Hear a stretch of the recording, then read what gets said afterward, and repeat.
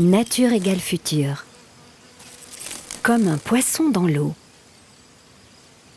Lorsque l'on observe le déplacement des espèces marines, on constate qu'après des millions d'années d'évolution, l'efficacité de leur nage provient de leur mode de propulsion ondulatoire.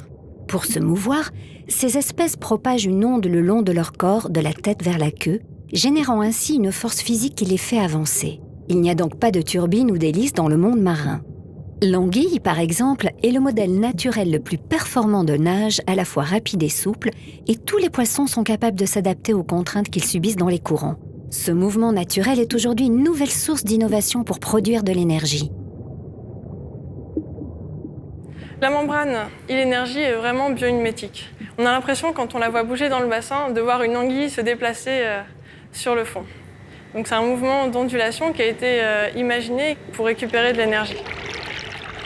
Elle est composée d'un squelette en carbone époxy qui va donner sa rigidité à la structure.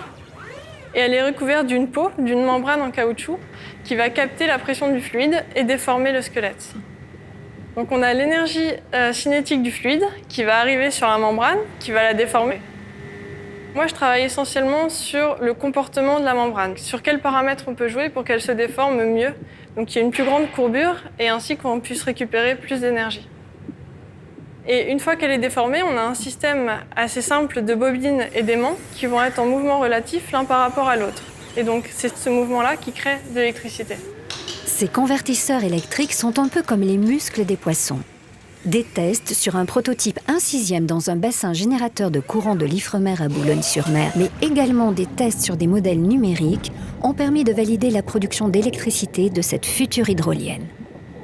Donc qu'on soit en rivière ou en mer, on n'a pas du tout les mêmes types de courants et les mêmes intensités. Alors nos tests numériques nous permettent de tester une large gamme de paramètres et ainsi pouvoir optimiser le mouvement en fonction du courant qu'on a.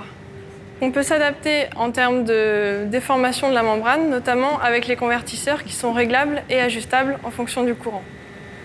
Donc l'hydrolienne et l'énergie est vraiment faite pour tous les courants, que ce soit océaniques, fluviaux ou de marée.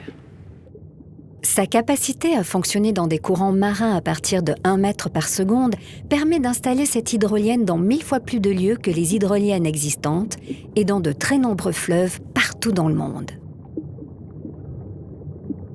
On travaille pour limiter l'impact environnemental.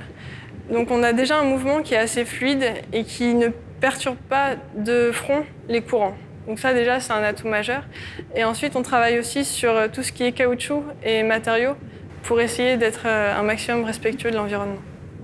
Cette hydrolienne innovante, inspirée de la nature, peut fonctionner 24 heures sur 24. Elle représente la promesse d'une énergie durable, plus propre et moins chère. Elle pourra être installée dans de nombreux pays en voie de développement qui ne sont pas encore accordés à un réseau électrique.